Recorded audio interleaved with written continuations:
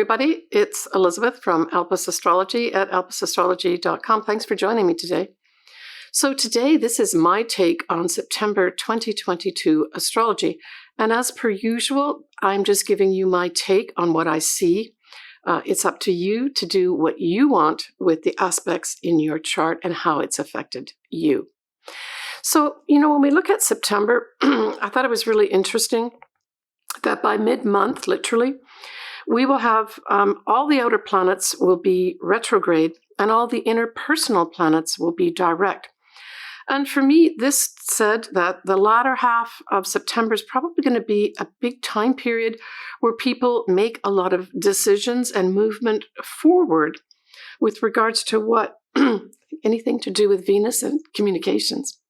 Venus in particular, so we're talking about relationships. It could be friendships too. Love relationships, but also money, right? Venus is also money, and we also have our values, that type of thing. So look to mid-month for those folks that maybe do need to or want to make decisions to maybe get a more easily established change forward. So when we look, first of all, at the 4th of September this year, we are looking at Venus going direct. And Venus goes direct at 12 degrees of Leo. So certainly if you've got something around this degree point, this may be a significant time for you. And you can always take days on either side of it too, right? Now, the other thing is that this 12 degree mark is pretty close to a star called Acubens. And Acubens has sort of a combination of energies that different folks have ascribed to it. But basically, I got out of it this whole word of perseverance. So I thought associated with this Venus going direct was some perseverance as well. And I just thought that settled nicely for me with regards to Venus going direct on this day. I also wanted to mention too that it's nice to hear other astrologers mentioning yods. You don't hear it that often, but I think I was the first one to mention it in January in my Venus retrograde in Leo video. The yod that was appearing basically around that 28 degree mark of Leo when Venus went retrograde. So anyway, a shout out to myself, I guess. Okay, so we've got Venus goes direct at the beginning, the first week of September.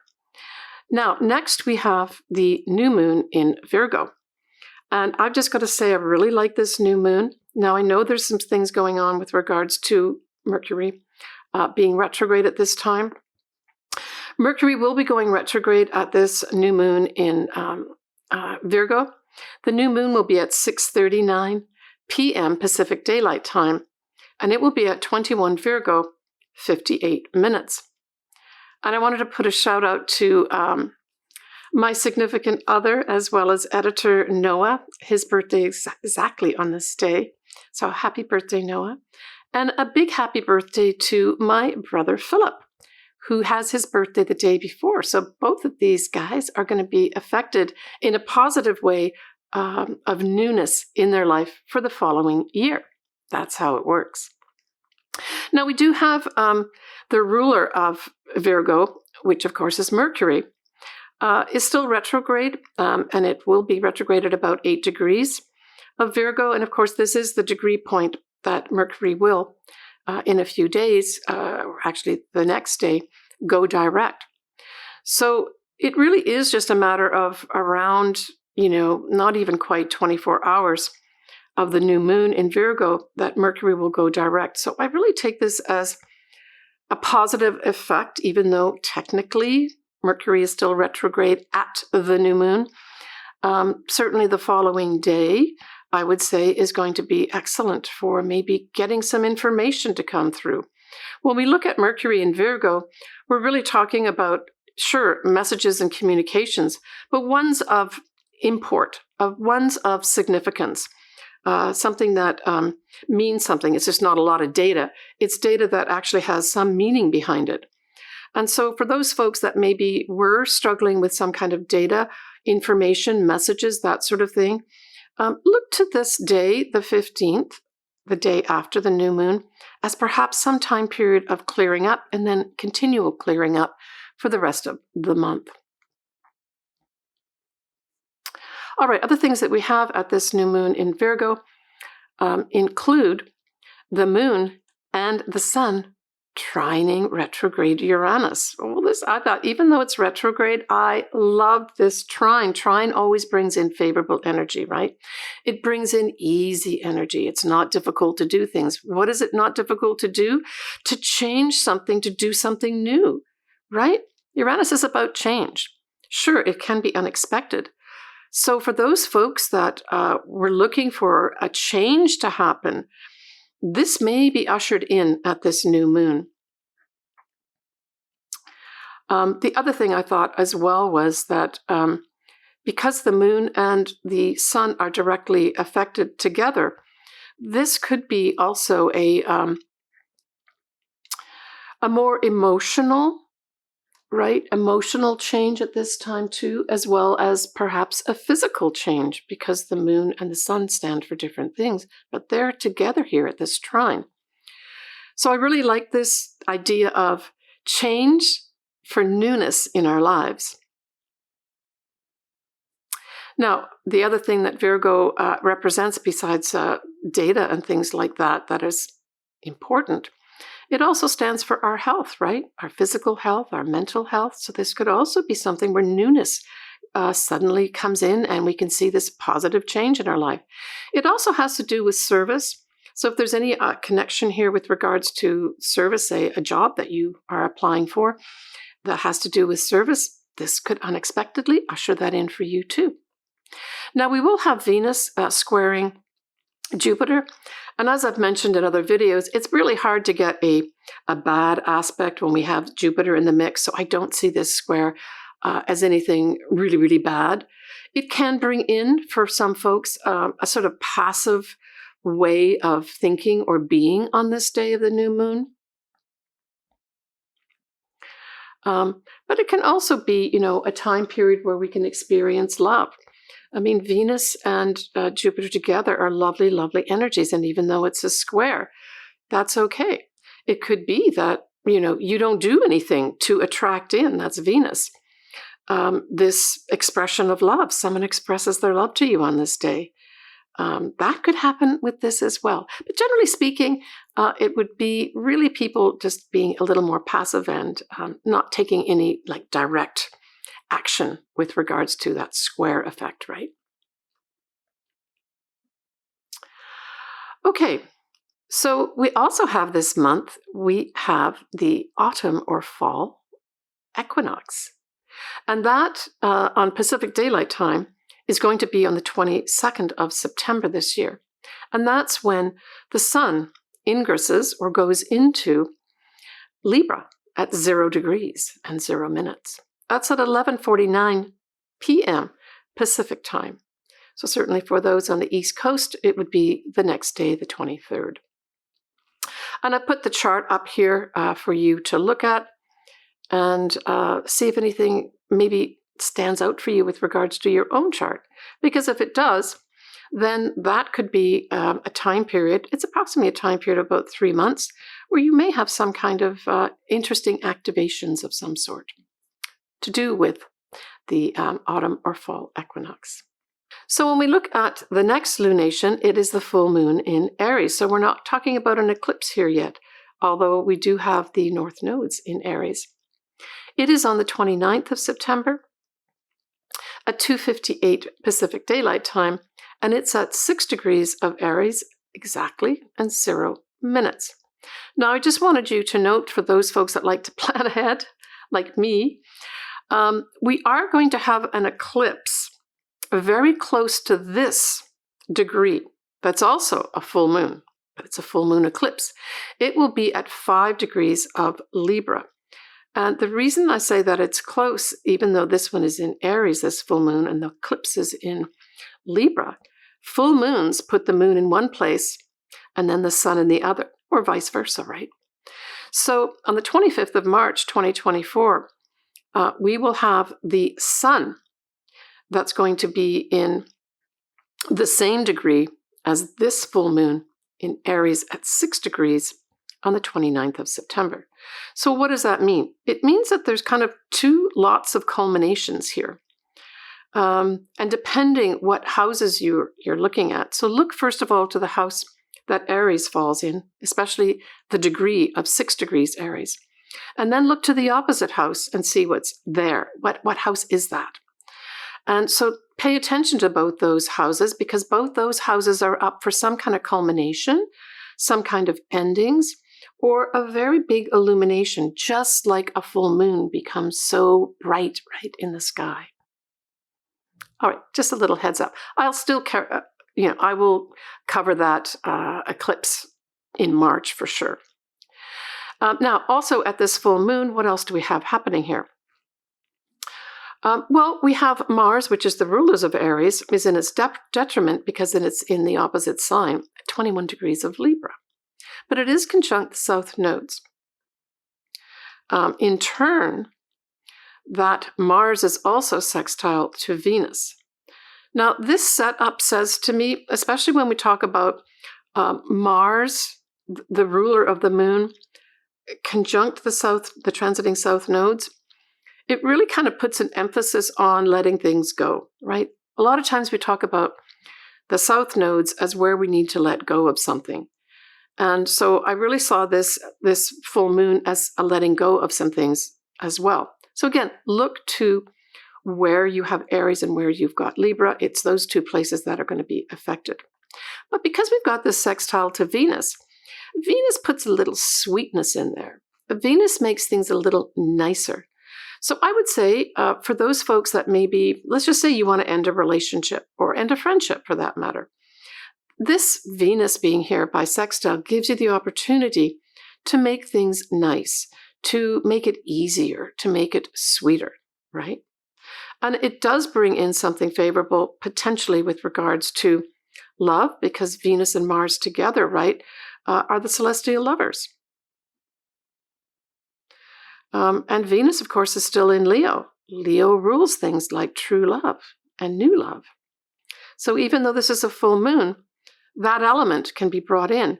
And I'm thinking some folks, not everybody, but some folks will have decided probably during the whole Venus retrograde period to let go either of a relationship or let go of a way of doing that relationship and making a concrete change, like, those signposts of I'm now going this way. Or, like I said, letting go of a relationship or maybe a friendship at this time. But then this full moon can actually usher in an opportunity for a new relationship to come in or a new friendship. Now, it can also indicate money, but more strongly because, we've got Mars in Libra and Libra rules relationships. I have a more focus, I would say, on relationships, but it could bring in opportunities to make money too for some folks. Maybe make money in the entertainment industry, right? Because that is, of course, in many respects, Leo, right? Getting on the stage. Or creative projects could come in also under this as well.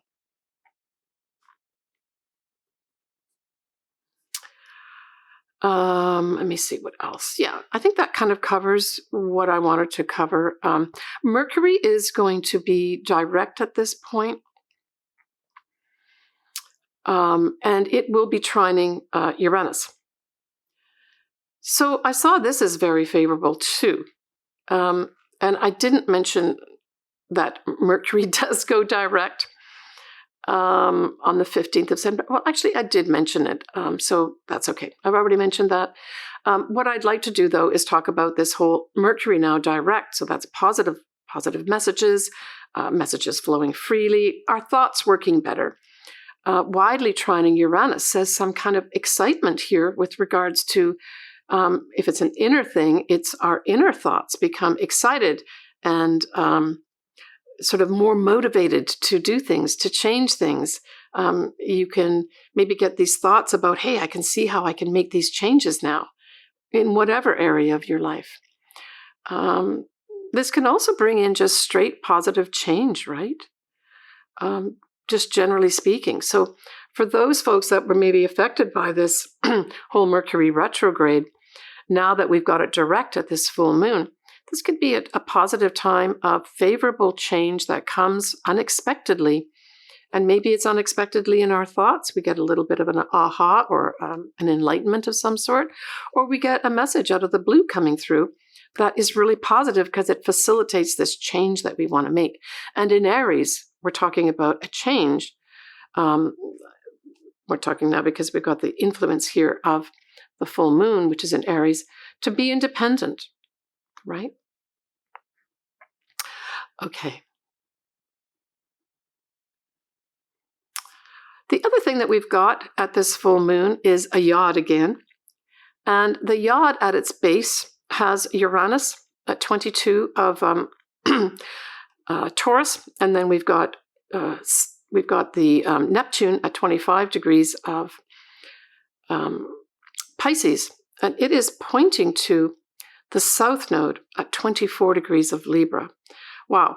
I thought this is like a real message in the sky that says, you know, be inspired to let go of things that you need to let go of. Now, when we talk about Libra, which is what this whole yod is pointing to, and it being the south nodes, it's like the path we've been taking with regards to relationships, with regards to friendships, our social, the way we act socially, that type of thing, diplomatic type stuff. It says to me with this yod that there's an opportunity here to let go of the way you were doing those. Now with Neptune, it's kind of like a philosophy. So it might be tied in here with a philosophy that we need to think outside the box. We need to make change. And that's the element of Uranus here. Okay, I hope that helps you.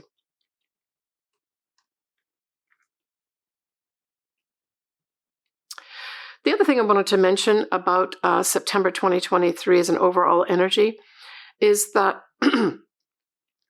Pluto moves to 27 degrees of Capricorn, and it stays there all of October at that degree as well, but it will be retrograde.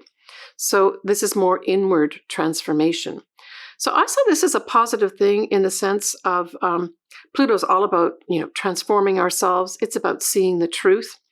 I think as an inward thing with the retrograde, I really felt that Pluto was extending its transformational energy to help us make the changes that we need, especially as we come into that full moon at the end of September. But remember, Pluto also helps us see the truth. Whether we want to see it or not, of course, is a different matter.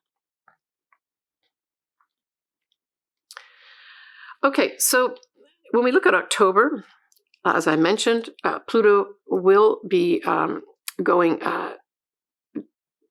direct at 27 degrees of Capricorn at this time.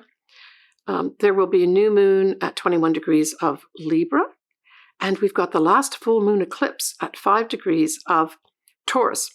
That was in that whole axis of Taurus and Scorpio. And that's at 5 degrees.